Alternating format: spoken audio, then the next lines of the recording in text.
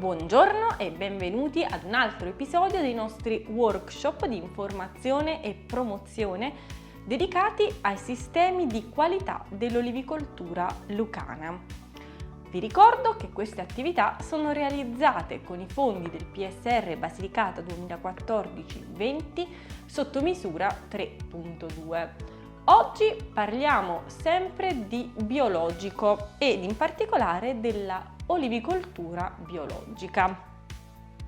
Dunque, la coltivazione dell'olivo in regime biologico parte sicuramente dalla scelta delle varietà da coltivare, quindi dalla cultivar, perché in olivicoltura la varietà di oliva, quindi si chiama cultivar.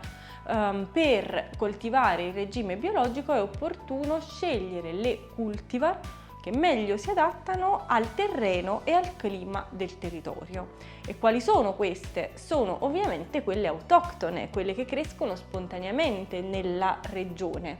Tra l'altro le cultivar autoctone hanno anche un altro vantaggio, cioè quello di avere delle caratteristiche uniche e peculiari che contribuiscono ad ottenere poi un prodotto finale di alta qualità.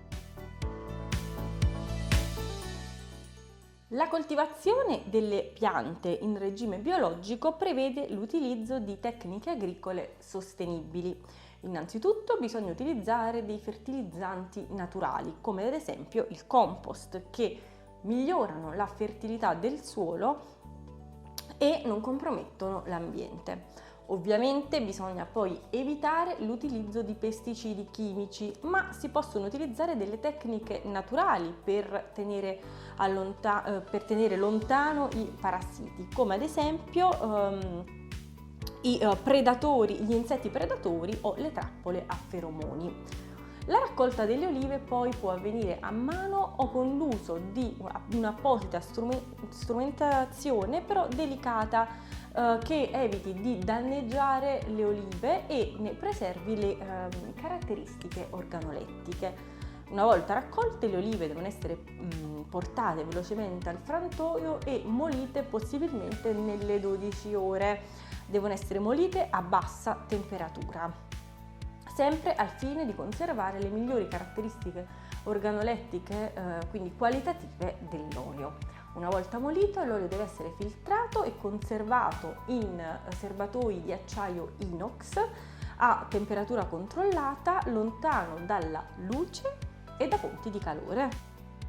Infine, ricordatevi che l'olio extravergine d'oliva biologico, così come tutti i prodotti biologici, sono solo quelli certificati da un ente accreditato esterno. E ve ne accorgete perché hanno il bollino della certificazione biologica riportato in etichetta.